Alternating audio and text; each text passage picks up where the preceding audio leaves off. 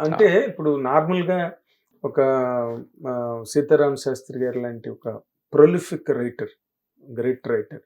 ఆయన దగ్గర మీరు శిష్యరికం చేసినప్పుడు మీరు పాటకు ఉపయోగపడింది. ఓకే. మీకు జీవితానికి ఉపయోగపడే విషయాలు కూడా మీరు నేర్చుకున్నారు. అవును. అదంతా ఓకే.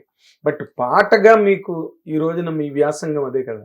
పాట రాయడం. ఇక్కడ ఏంటి మీకు మీరేంటి నేనదే అన్నాను. ప్రత్యేకంగా నేర్చుకున్నారు సార్? నేనదే అన్నాను. ఇప్పుడు నేను కూడా ఒక పాట రాసి నేర్చుకున్నాను అంటే, సీతారామ శాస్త్రి గారు లేరనుకోండి చెప్తున్నాను.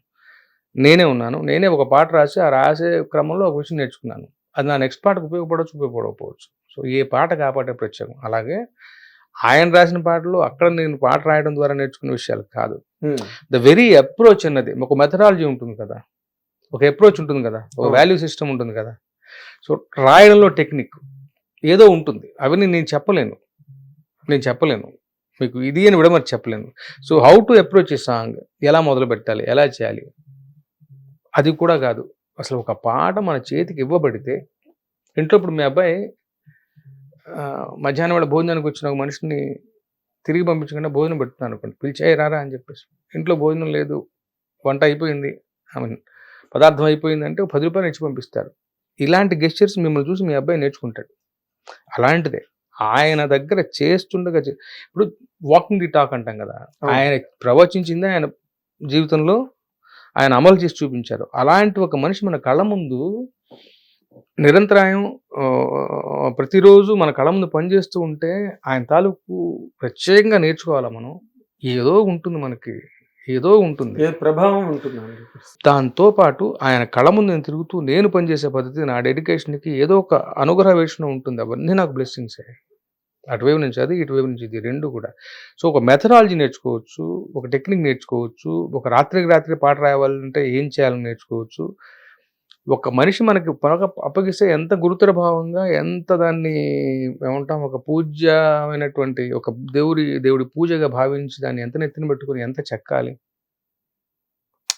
ఎప్పుడో రాసుకున్న పాట కృష్ణవంశీ గారు 'జగమంది కుటుంబం నాది' పాట అడిగితే ఎప్పుడో రాసుకున్న పాట అది తీసుకొని రేపు పొద్దున రికార్డింగ్ వెళ్తుందంటే వాళ్ళు రాత్రి దాన్ని కూర్చుని అసలు మా అందరి చేత ఎక్సర్సైజ్, ఒక్కొక్క పాటకి అర్థాలు ఏమిటి, ఒక్కొక్క దాంట్లో ఎన్ని లేయర్స్ ఉన్నాయి, మళ్ళీ దాన్ని తిరగరాసే లాంటి ఒక గెస్చర్, అది మనకి పాఠం కాదా?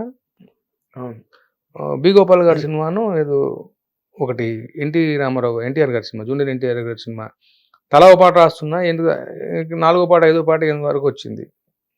సరదా సినిమా, రొమాంటిక్ సాంగ్స్, డ్యూయెట్సే ఉంటాయి. కానీ కో-డైరెక్టర్ గారిని అడిగి మిగతా రచయితలు రాసిన పాటలు తెప్పించుకుని అవేమిటో చూసి, అది కానీ ఇంకో పాట రాయాలి నేను, నా పాటలకి ఆ పాటలకి ఓవర్లాప్ ఉండకూడదు, ఎంత సరదా పాటలు అయినప్పటికీ. మీకు అర్థమవుతుందా? అలాంటి డిలిజెన్స్, అలాంటి ఒక ఏమంటాం, పని పట్ల నిబద్ధత, అది మనకు పాఠం కదా. ఇట్లాంటివి అసలు ఇవే ఇంపార్టెంట్, ఇవే ముఖ్యం. పాట రాయడం ఇప్పుడు ఆయన దగ్గర ఎంత నేను చూసినా ఆయనలా నేను రాయలేనది పీరియడ్. మన వల్ల కాదు. ఓకే, నేను ఇంకో రకంగా రాయొచ్చు, ఆయన ఇంకో రకంగా రాయొచ్చు, బట్ ఆయన గొప్పగా నేను రాయలేకపోవచ్చు, అది వేరే సంగతి. బట్ అది ఏం చూసినా మనకు రాదుగా. ఆ మెషిన్ వేరు, ఈ మెషిన్ ఆ మెషిన్ వేరు, ఈ మెషిన్ వేరు. బట్ డెఫినెట్గా అన్ని సంవత్సరాల అనుభవంలో ఆయన గడిచినటువంటి మెళకువలు, ఆయన నేర్చుకున్నటువంటి ఏమంటాం సారాంశం, ఆయన అనుసరించినటువంటి జీవన విధానం, అది మనకు పాఠం కావచ్చుగా. అది ఈజీగా మనం అలాంటిది ఒకటి ఉందని తెలుసుకోవాలి. లేదంటే నా జీవితకాలం సరిపోతుంది అలాంటిది ఒక విషయం కనిపెట్టడానికి. కనిపెట్టిన మనిషి యోగిలా సాధన చేసి ఆయన కళ్ళ ముందు ఉన్నారు. నేను చేయాల్సిన పనుల సాధనే. ఫస్ట్ దానికి ముందు గుర్తించాలి, అది గొప్ప విషయం. బట్ మీరు ఒక్క విషయం అయితే చెప్పగలరని నేను అనుకుంటున్నా, ఊరికే ట్రై చేస్తా. మీరు నిజంగా ఆయనలోని మిమ్మల్ని బాగా ఇంప్రెస్ చేసిన క్వాలిటీ కానీ, అంటే రైటింగ్ ఆస్పెక్ట్లో, okay, 1-to-1 approach, 1-to-1 relation, it is somebody's art, అందరికీ వచ్చేది కాదు, చూసి కొంతవరకు నేర్చుకోవచ్చు. బట్ ఆయనలో, శాస్త్రి గారిలో ఒక గీత రచయితగా మీరు బాగా ఆరాధించే ఆస్పెక్ట్ ఏంటండి? ఆయన ఎక్స్ప్రెషనా, లాంగ్వేజ్, పాటగా నేను అసలు సరిపోను. అది బేసికల్గా నేను నచ్చదు, అదే అలా కాదు. నేను అది ఇప్పుడు అక్కడ పాట నచ్చటం అనేది మనకి ఫ్రంట్ ఎండ్లో కనపడే విషయం. నేను అలా విశ్లేషిస్తా. సో, ఆయన ప్రతి పాట గొప్ప పాట. ఆయన రాసిన సరదా పాటలో కూడా గొప్ప విషయాలు చాలా ఉంటాయి. సో, అది మనకు ఫ్రంట్ ఎండ్లో కనపడే విషయం. నేనేమంటానంటే, ఫ్రంట్ ఎండ్తో నాకు ఎక్కువ నిమిత్తం లేదు. డెఫినెట్గా అది బాగుంటుంది, ప్రజాదరణ పొందుతుంది, గొప్ప విషయాలే ఉంటాయి. బట్ నా గమనం నేను ఒక రచయితగా పైకి రావాలంటే నా గమనం దాని వెనకాల ఇలాంటి ఒక పీస్ ఆఫ్ పోయిటరీ రావడానికి గాను పనిచేసిన అంశాలు, ఆయనకు దోహదపడిన అంశాలు, ఆయన ఉద్యుక్తులైనటువంటి ప్లాట్ఫాము, ఆయన బిలీఫ్ సిస్టము, ఆయన వాల్యూ సిస్టము, ఇదేమిటి, ఎందుకు మరి ఇప్పుడు రాస్తే 10 రాస్తే 4 బాగుంటాయి సార్, 10 రాస్తే 10 పాటలు బాగుంటాం ఏంటి, 10 గొప్పగా ఉండటం ఏంటి, కాంటెంపరీ సహరచయితలు అందరూ కూడా పొగిడే స్థాయిలో ఉండటం ఏమిటి?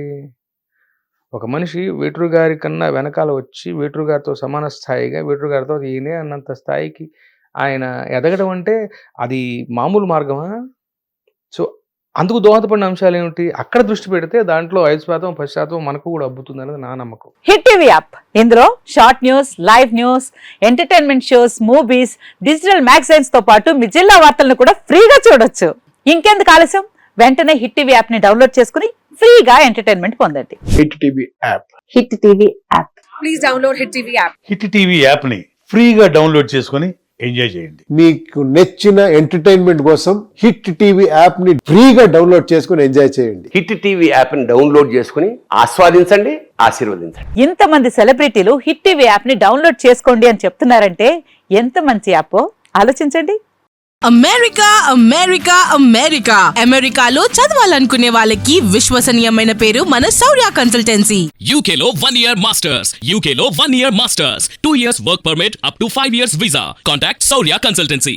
Contact 89851 89851.